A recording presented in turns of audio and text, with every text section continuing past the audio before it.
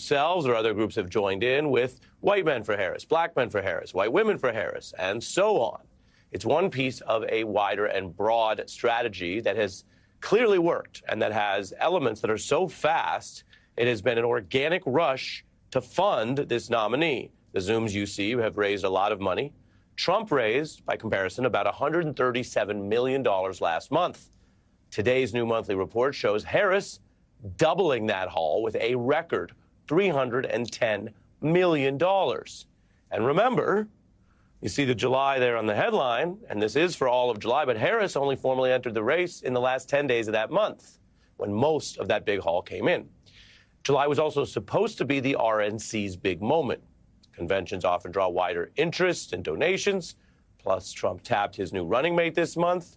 But apparently Vance, Hulk, and other prominent voices at the RNC could not keep up with Harris. Now, while no one is saying that the Trump campaign overly fundraised off the tragic events around his attempted assassination, that was also something that in politics was, in the days after, a big unifying moment for the Republicans. And, like I showed you, they raised some money, but nothing like Harris. Her haul also includes 2 million first-time donors, an echo of Bernie Sanders' online superpowers at fundraising. Those are new Democratic donors who can legally give again every week or month if they want, because about 9 out of 10 donations were far under the legal max, under $200 in the case of what you see from Harris. And that means she can go back to those people again and again through November. Now, in modern politics, campaigns tend to measure support starting with a kind of inner core, the donors, the volunteers, and these engaged online activists who carry a campaign's message, who show up to events, who literally power it. And then the ultimate outer layer is just your base voters. We hear so much about the base, right? Those people may not show up at a big rally like what Harris held in Atlanta, but they do tend to vote in presidential years. Then there's the persuadable voters, and then those sporadic or less engaged people we hear about. We don't even call them voters because they often aren't. They may or may not vote at all this November. They are the people that you hear about sometimes cast as double haters or people saying, I don't have a reason to vote. And this matters now because, again, over these days, we're getting more information, more evidence.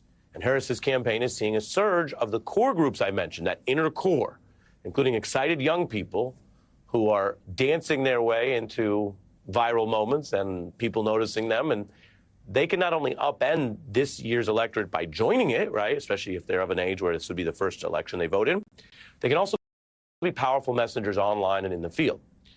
And that brings us to something I want to break down for you tonight before I bring in some great experts. Democrats, as we end the week, are clearly now seeing it as a real possibility that they could bring back an Obama-level enthusiasm here on a faster timeline than Obama had. And that's a marked contrast from the party's very open concerns last month over Joe Biden and what had been a lot of indicators even before the debate that they didn't have that level of enthusiasm. Harris is also diving in and networking with pre-existing groups. Some of them are not traditionally only political, but they may involve overlapping interests, like women's rights or female empowerment. Taylor Swift Swifties has a group now, Swifties for Harris, that's gained over 100,000 followers on social media, much of that organic. It just launched as a thing people can join last week. I've told you before about the Bayhive in other contexts. That's the very passionate group of Beyonce fans in this country and around the world. They are noticing Beyonce signing off on Harris using freedom in her very first video. And as I showed you earlier this week, these two strong women who've done a lot of different things and broken barriers have a pre-existing relationship, not a pre-existing condition like Obamacare era, a pre-existing, long-standing public alliance. So if you're a Beyonce fan, you might already know about that overlap. Now, it's far too early to tell if this kind of stuff that I'm mentioning and that Democrats are counting up means they will be winning back states in November. The first 2 weeks here do suggest, though, that you have some of the diverse and young coalition that launched Obama to the White House. And this idea or goal of rebuilding the Obama coalition, remember, this is not some secret strategy. Obama was the Democrats' last two-term president, and he was more successful than President Carter before him, and he had wider margins of victory than President Clinton before him. So any Democrat thinking about anything is going to say, sure, I'd like to be like Obama. One difference here, though, is Harris seems poised to do it better. She is also a Democrat who has been in these trenches. And I want to point that out to you here. For example, she's talked up that goal in 2019 during her primary presidential campaign. We need someone on that stage who has the ability to go toe-to-toe with Donald Trump, and someone who has the ability to rebuild the Obama coalition and bring the party and the nation together. I believe I am that candidate. Many Democratic voters agreed on that goal, rebuild the coalition. They did not agree with her that she was that candidate in that moment. I showed you that clip there from 2019. Indeed, it was Obama's own vice president, who had almost been fully counted out of that race after losing Iowa and New Hampshire, that the Democratic Party turned to. And the big reason we know Veep stakes matter as we think about Harris announcing as soon as next week, well, once you pick a VP, they are in that very key driver's seat. And it is now Biden's VP trying to finish this relay race.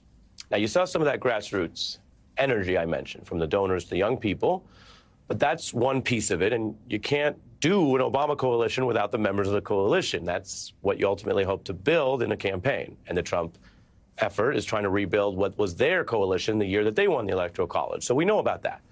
But who's doing the building? Well, that brings us to more news tonight. The Harris campaign just brought on Obama's famous architect for his victory, former campaign manager David Plouffe. Now, he is one of the Democratic Party's most successful and respected strategists, author of The Audacity to Win, which tells that story. He is kind of one of the key visionaries then and now of the Obama network, which is still the most sort of popular, widespread, victorious element of the Democratic Party.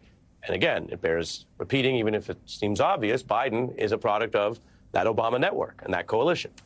Now, many had, of course, also sought after Plouffe as an expert and speaker on politics, including, we should note, across MSNBC in this and other election years. And these are the headlines. Harris building out the campaign specifically with Plouffe and these Obama aides. That's how the Times put it. And the White House communications director from the Obama era, Jennifer Palmieri. The campaign is also trying to do two things at once. They're emphasizing today, and we've seen this in their statements, that they're keeping all the Biden campaign leadership intact. They say they're going to be basically adding, not subtracting. Now, Harris made a point of attending that cold 2007 rally when Obama first launched his presidential bid. Remember, it was a big deal, but he was seen as a challenger to the more likely famous Democratic Party name, the semi-incumbent of Hillary Clinton.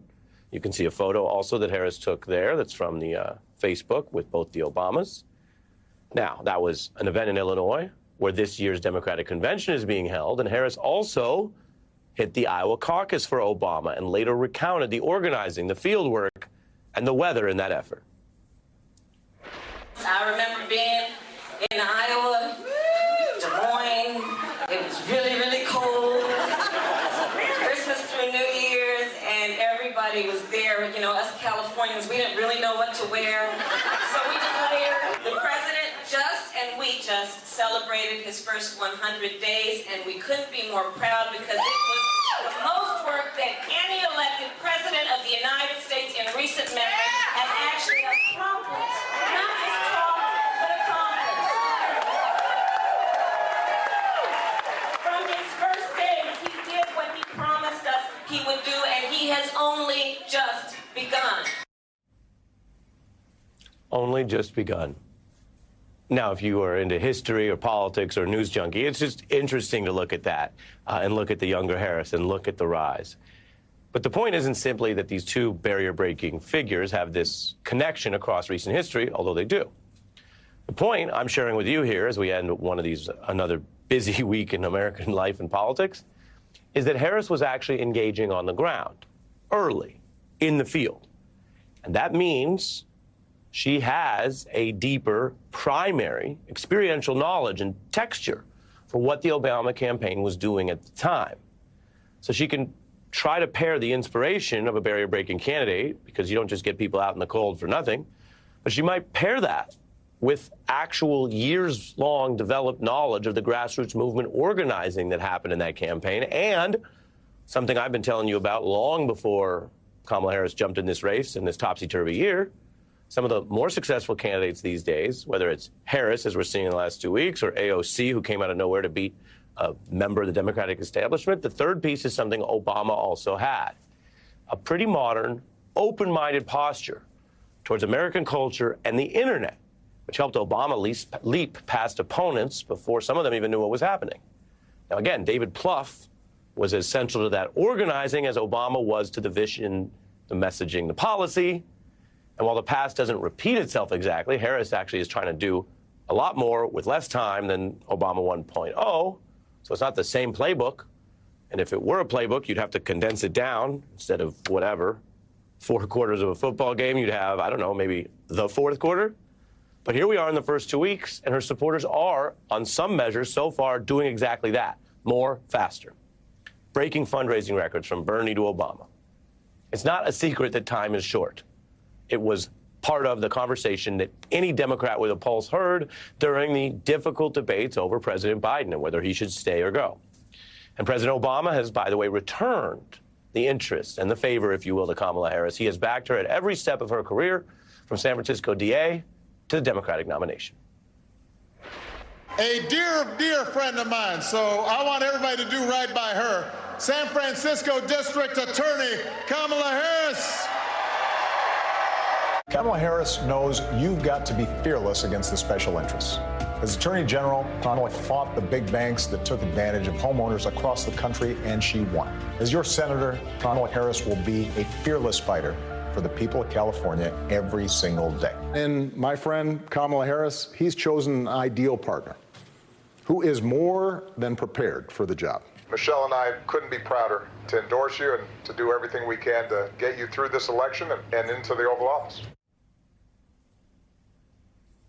That's not nothing, especially not in Democratic politics, where the Obamas remain the most popular figures, and in a season where there's been so much talk about how this would go down and is it legitimate and how it'll all work out. When you have Barack Obama saying then on the way up and then at the VP level and then about, a week ago, hey, this is the one, well, that might help you rebuild the Obama coalition. You also need the voters. New voters, a record 142,000 of them registered in the first week of this Harris campaign, most under 35 years old. We have more on the youth vote later in the hour. There's an uptick in voter registrations in some key states like Virginia, Massachusetts, and North Carolina, where Republicans recently took out ads. That's a state Democrats have only won once in the last 40 years by, guess who? Barack Obama. Now, as for that inner core that I mentioned, over 170,000 new volunteers are joining the campaign. That's different than just voters because they could be in any given state but do a lot of good work and help as far as the campaign's concerned. So that's where the young activists who might be in a state that's already fully red or blue and aren't going to swing their state might be key to raising money or traveling and helping this campaign, which has a lot to do in a hurry. So Harris has these multiple links to Obama, his approach, his movement organizing, as mentioned. And we checked the archives. Remember, when you take it all together, she's not new to this. We are here because we understand that re-electing this great president is about us, it is about our children, it is about our grandparents, it is about our grandchildren, it is about our community, it is about our present, and it is about our future. It is about dealing with the fact that we need leadership at a national level who stays true to the courage of their conviction. The American dream belongs to all of us. And if we can work together and stand together and vote together on November 6th for President Barack Obama, that's a dream we will put within reach of all our people. Sometimes the breaking news is about recent news, sometimes it's about recent history, and sometimes, if you're old enough to remember,